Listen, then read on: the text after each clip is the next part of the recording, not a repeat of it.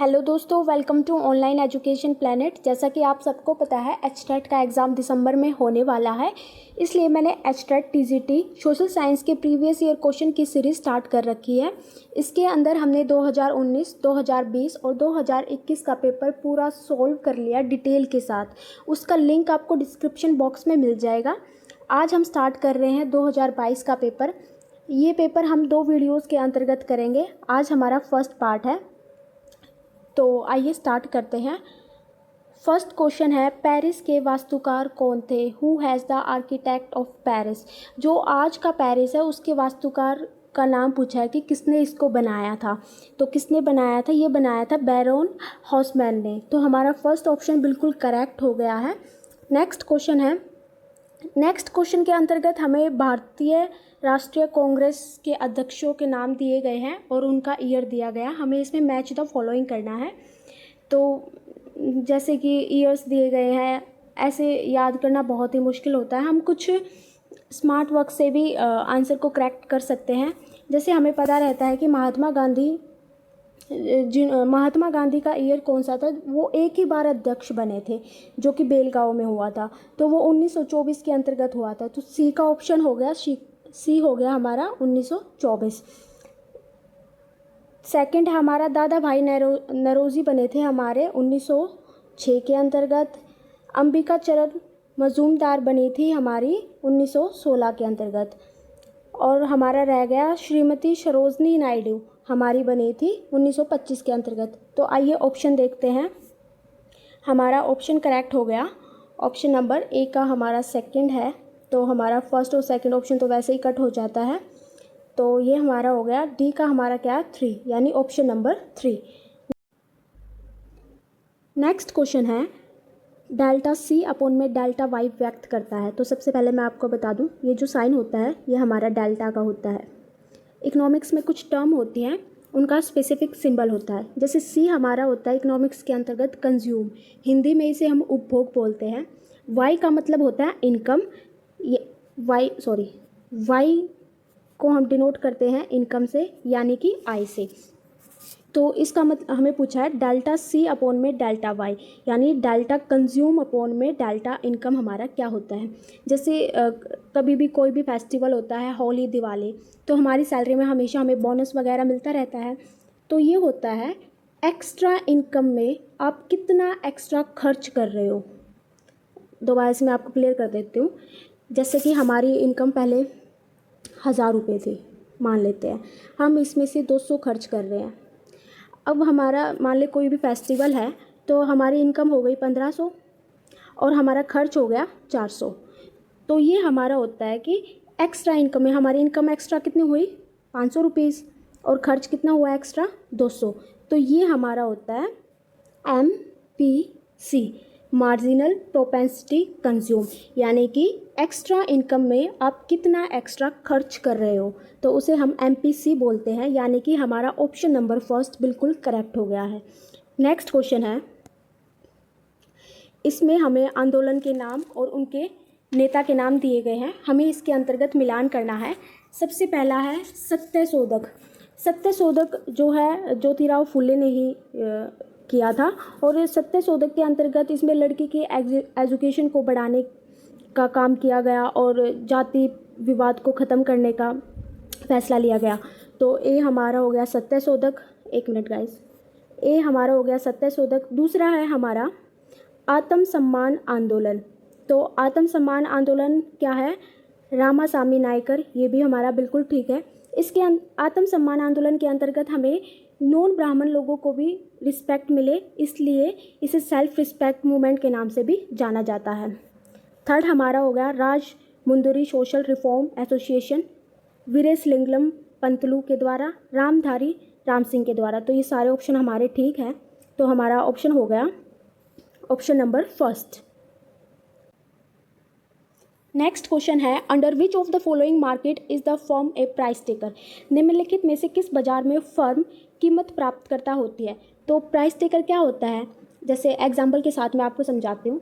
जैसे बायर भी होते हैं और इसमें सेलर भी होते हैं। जैसे हम कहीं भी मार्केट में जाते हैं, कोई भी चीज़ लेने जाते हैं, जैसे दुकानदार ने हमें बोला कि 100 रुपीज़ क्या है, तो हम उसके साथ मोल भाव करते हैं। जैसे हम बोलते हैं कि नहीं 70 ठीक है इसका प्राइस, तो इसके अंतर्गत क्या होता है, फिर वो थोड़ी देर के बाद मान भी जाता है, चलो ठीक है 70 नहीं तो 80 के आसपास, ऐसे मोल भाव को, ये हमारा होता है प्राइस टिकर। इसके अंतर्गत सेलर और बायर दोनों का परफेक्ट कंपटीशन होता है। तो इसका जो आंसर होगा वो ऑप्शन नंबर 3 होगा। नेक्स्ट क्वेश्चन है, the election symbol of the Congress party in Lok Sabha election of 1971 was. 1971 के लोकसभा चुनाव में कांग्रेस दल का चुनाव चिन्ह था। तो जो 1971 के अंतर्गत हमारे लोकसभा चुनाव हुए थे, उसमें कांग्रेस का जो चुनाव चिन्ह था वो गाय और बछड़ा था। तो हमारा ऑप्शन नंबर 3 बिल्कुल करेक्ट हो गया है। नेक्स्ट क्वेश्चन है, the demand for a factor is. साधन की मांग है। तो साधन की क्या मांग होती है, तो जब भी हम एक चीज़ की डिमांड कर रहे हैं कुछ और बनाने के लिए, तो उसे हम डिमांड फैक्टर बोलते हैं, यानी ड्राइव डिमांड होती है हमारी। तो इसका ऑप्शन हो गया हमारा ऑप्शन नंबर 1। नेक्स्ट क्वेश्चन है, all combination on an isoquant curve signify. एक समोत्पाद वक्र के सभी संयोग दर्शाते हैं। तो सबसे पहले मैं बता दूंगी कि ये कैसी कर्व होती हैं।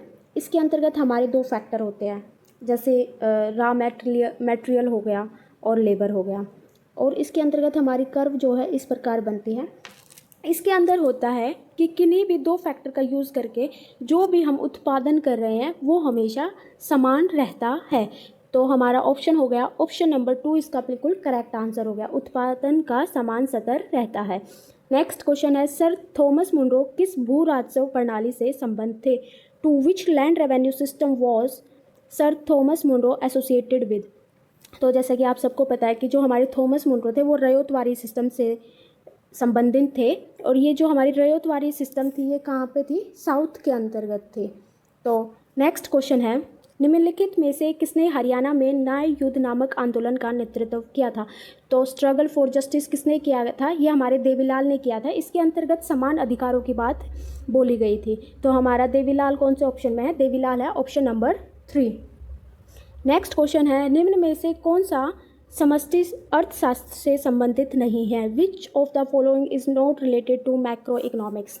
तो हमारे इकोनॉमिक्स के अंतर्गत 2 पार्ट होते हैं, एक हमारा होता है माइक्रो इकोनॉमिक्स, दूसरा हमारा होता है मैक्रो इकोनॉमिक्स। तो माइक्रो इकोनॉमिक्स के अंतर्गत हम छोटे लेवल पर बात करते हैं, यानी इंडिविजुअल प्रत्येक व्यक्ति की बात करते हैं, लेकिन मैक्रो इकोनॉमिक्स में हम देश की बात करते हैं, जीडीपी की बात करते हैं, नेशनल इनकम की बात करते हैं, एम्प्लॉयमेंट की बात करते हैं, पॉवर्टी की बात करते हैं। तो इसमें हमें बताना है कि मैक्रो इकोनॉमिक्स का कौन सा पार्ट नहीं है। तो आइए ऑप्शन देखते हैं। फर्स्ट ऑप्शन है जनरल प्राइस लेवल, कीमत जो है सबके लिए बढ़ेगी, तो ये हमारा मैक्रो का पार्ट है। नेशनल इनकम भी पूरे देश की होती है, तो ये भी हमारा मैक्रो का पार्ट है। थर्ड है हमारा theory of output and employment level, तो एम्प्लॉयमेंट लेवल भी हमारा नेशनल लेवल पर होता है। कंज्यूमर इक्विलिब्रियम, उपभोक्ता का संतुलन, उपभोक्ता जो है हमारा माइक्रो का पार्ट होता है, तो हमें इसमें नहीं बताना था। तो हमारा ऑप्शन नंबर 4 बिल्कुल करेक्ट हो गया है। नेक्स्ट क्वेश्चन है, इसके अंतर्गत हमें समुद्री यात्री दिए गए हैं और देश का नाम दिया गया है, हमें बताना है कि कौन से देश का समुद्री यात्री था। तो सबसे पहला था वास्को डी गामा, आप सबको पता ही होगा वास्को डी गामा थे जो पुर्तगाली थे। दूसरा हमारा क्रिस्टोफर कोलंबस, ये हमारे स्पेन से थे। थर्ड है हमारा कैप्टन कुक जो हमारे ब्रिटेन से थे, और तस्मान हमारे हॉलैंड से थे। तो हमारा ऑप्शन हो गया ए का हो गया सेकंड, तो हमारा ऑप्शन नंबर 2 बिल्कुल करेक्ट हो गया। नेक्स्ट क्वेश्चन है, by what name is the climate is known similar to the savanna. Savanna तुल्य जलवायु को अन्य किस नाम से जाना जाता है। तो सवाना को हम सूडान टाइप जलवायु भी बोलते हैं। तो इसका ऑप्शन नंबर हो गया ऑप्शन नंबर 3। ये जो जलवायु होती है ये 8 डिग्री से 20 डिग्री एल्टीट्यूड तक पाई जाती है, और जिसमें बहुत ज़्यादा गर्मी होती है। जैसे कि आपको पता ही है 0 से 23 डिग्री नॉर्थ और 23 डिग्री साउथ तक हमारी जो सन की रेज है वो डायरेक्ट पड़ती है, इसलिए यहाँ पर अत्यधिक वर्षा होती है। तो 8 से 20 डिग्री भी उसी बीच आता है, तो इसमें गर्मी और वर्षा दोनों ज़्यादा ही होती है। नेक्स्ट क्वेश्चन है, which was the chairman of the state assembly committee of the constituent assembly. संविधान सभा की राज्य समिति के अध्यक्ष कौन थे। तो ये संविधान सभा की राज्य समिति के अध्यक्ष जवाहरलाल नेहरू थे। तो हमारा ऑप्शन नंबर 4 बिल्कुल करेक्ट है। नेक्स्ट क्वेश्चन है, all India anti untouchability league 1932 was established by. अखिल भारतीय अस्पृश्यता निवारण संघ 1932 की स्थापना किसने की? तो ये स्थापना जो है महात्मा गांधी द्वारा की गई थी। तो हमारा ऑप्शन नंबर 2 बिल्कुल करेक्ट हो जाएगा। नेक्स्ट क्वेश्चन है which of the following is not correctly match. हमें बताना है कि कौन सा सम्मिलित नहीं है। तो इसके अंदर हमें मिट्टी दी गई है, मिट्टी का नाम दिया गया है और स्टेट दिया गया है। हमें बताना है कि ये वहाँ उस स्टेट में मिलती है या नहीं मिलती है। एलुवियल सॉइल, एलुवियल सॉइल है जो हमारी कांप मिट्टी है, आपको पता है नॉर्दर्न प्लेन में मिलती है, और तो उत्तर प्रदेश बिल्कुल ठीक है। ब्लैक सॉइल जो है हमारे डेक्कन पार्ट्स में मिलते हैं, महाराष्ट्र बिल्कुल ठीक है। Red and yellow soil Tamil Nadu बिल्कुल ठीक है। लेटराइट सॉइल पंजाब, ये हमारा गलत है क्योंकि पंजाब के अंतर्गत हमें क्ले सॉइल मिलती है, तो इसमें हमें नहीं बताना था। तो हमारा ऑप्शन नंबर 4 बिल्कुल करेक्ट हो गया। नेक्स्ट क्वेश्चन है election to the constituent assembly were held in. संविधान सभा के लिए चुनाव आयोजित किए गए थे। तो संविधान सभा के चुनाव हमारे जुलाई 1946 के अंतर्गत किए गए थे। तो हमारा ऑप्शन नंबर 1 बिल्कुल करेक्ट है। नेक्स्ट है which one of the following countries is a landlock. निम्नलिखित में से कौन सा एक सथल रुद्ध देश है? लैंडलॉक कंट्री होती है जहाँ पर पानी नहीं होता। तो ये हमारी बोलिविया कंट्री है। तो ऑप्शन नंबर 1 हमारा बिल्कुल करेक्ट हो जाएगा। नेक्स्ट क्वेश्चन है who produce the theory of drain of wealth. धन निकासन का सिद्धांत किसने प्रतिपादित किया? ये बहुत ही इंपॉर्टेंट क्वेश्चन है, बहुत बार एग्जाम में पूछा जा चुका है। तो इसका आंसर आप सबको पता ही होगा। ये हमारे दादा भाई नौरोजी थे, जिनकी बुक भी थी un British rule in India, और ये वही व्यक्ति है जिन्होंने पहली बार नेशनल इनकम कैलकुलेट की थी। विच of the following is not included in high clouds. निम्नलिखित में से कौन उच्च बादलों में शामिल नहीं है? तो सबसे पहले मैं आपको 2 ट्रिक बताती हूँ। जो हमारे ये सीरस क्लाउड होते हैं, सीरस क्लाउड यानी पक्षाब, ये हमारे जो है हाई क्लाउड्स होते हैं। जहाँ भी आपको सीरस नाम मिलेगा वो हाई हो जाएंगे, और जहाँ पर आपको स्ट्रेटो नाम मिलेगा वो आपके कम हाइट वाले हो जाएंगे। तो इसके अंतर्गत हमें पूछा है जो उच्च बादलों में शामिल नहीं हैं। तो आइए ऑप्शन देखते हैं। सीरस नाम आ गया तो उच्च हाइट वाला है, सीरोस्ट्रेटस भी उच्च हाइट वाला है। तो हमारा ऑप्शन हो गया ऑप्शन नंबर 3। नेक्स्ट क्वेश्चन है लोक प्रहरी बनाम भारत संघ 2018 वाद संबंधित है। Lok Prahari versus union of India 2018 case is related to. तो ये किससे रिलेटेड है? ये हमारा निर्वाचन सुधारों से है, इलेक्टोरल रिफॉर्म, यानी ऑप्शन नंबर 2। नेक्स्ट क्वेश्चन है how many member were there in Nehru committee that draft the constitution of India in 1928। 1928 में भारत के लिए संविधान की रूपरेखा तैयार करने वाले नेहरू समिति में कितने सदस्य थे? तो ये नेहरू समिति में जब भारत के लिए संविधान बना था तो 11 सदस्य थे। तो हमारा ऑप्शन नंबर 4 बिल्कुल करेक्ट हो जाएगा। नेक्स्ट क्वेश्चन है the principle of maximum social advantage was propounded bye. अधिकतम सामाजिक लाभ का सिद्धांत प्रतिपादित किया था। तो ये जो अधिकतम सामाजिक लाभ का सिद्धांत है वो एच डाल्टन द्वारा प्रतिपादित किया गया था, ऑप्शन नंबर 4। नेक्स्ट क्वेश्चन है in which country of the continent of Africa the Atlas mountains does not extended. Atlas पर्वत का विस्तार अफ्रीका महाद्वीप के किस देश में नहीं है? तो हमें बताना है ये किस देश के लिए नहीं है। तो ये मोरक्को ठीक है, तुनिशिया के अंदर भी है। हमारा जो 4th है मोजाम्बिक, इसके अंतर्गत हमारा एटलस माउंटेन नहीं है। तो हमारा ऑप्शन नंबर 4 करेक्ट हो गया। नेक्स्ट क्वेश्चन है which of the following is not matching. निम्न अंकित में से किसका सुमेलन नहीं है? तो हमें इसके अंतर्गत करंट दिए गए हैं और बताना है कि ये वहाँ पर है या नहीं है। तो सबसे पहला है ब्राज़ील करंट, जो कि साउथ अटलांटिक ओशियन में बिल्कुल करेक्ट है। दूसरा है हमारा Humboldt current, north Pacific ocean, ये हमारा गलत है, ये हमारा साउथ पैसिफिक ओशियन के अंतर्गत है। तो हमारा ऑप्शन नंबर 2 करेक्ट हो गया। नेक्स्ट क्वेश्चन है when total utility decrease marginal utility is. जब कुल उपयोगिता घटती है तो सीमांत उपयोगिता होती है। तो जब हमारी टोटल यूटिलिटी डिक्रीज होती है तो उसके अंतर्गत हमारी मार्जिनल यूटिलिटी नेगेटिव होती है। तो हमारा ऑप्शन नंबर 3 बिल्कुल करेक्ट हो जाएगा। नेक्स्ट क्वेश्चन है which of the following words terminologies is are not mention in the constitution of India. निम्नलिखित में से किस शब्दावली का प्रयोग भारतीय संविधान में नहीं किया गया? तो सबसे पहले देखते हैं, ये हमें बताना है कि हमारे भारतीय संविधान के अंदर मेंशन है या नहीं है। फेडरलिज्म जो हमारे भारतीय संविधान के अंदर मेंशन है, नो कॉन्फिडेंस मोशन भी है, डिफेमेशन नहीं है, इंसाइटमेंट ऑफ एन ऑफेंस भी नहीं है। तो हमारा 3 और 4th, आइए ऑप्शन देखते हैं। First and fourth, second and fourth, first and second, second and third. तो ये क्वेश्चन आंसर ही हमें गलत दिया गया है। तो नेक्स्ट क्वेश्चन है, which international organisation was establish in Bretton Wood conference. Bretton Wood सम्मेलन में किस अंतर्राष्ट्रीय संगठन की स्थापना हुई थी। तो ये जो हमारा ब्रेटन वुड की मीटिंग हुई थी, इसके अंतर्गत वर्ल्ड ट्रेड ऑर्गेनाइजेशन IMF की ऑर्गेनाइजेशन की स्थापना की गई थी। तो हमारा ऑप्शन नंबर हो गया ऑप्शन नंबर 3 IMF।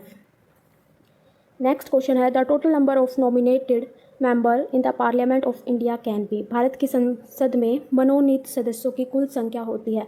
तो पहले हमारे जो टोटल नॉमिनेटेड मेंबर थे वो हमारे 14th यानी कि 14 होते थे।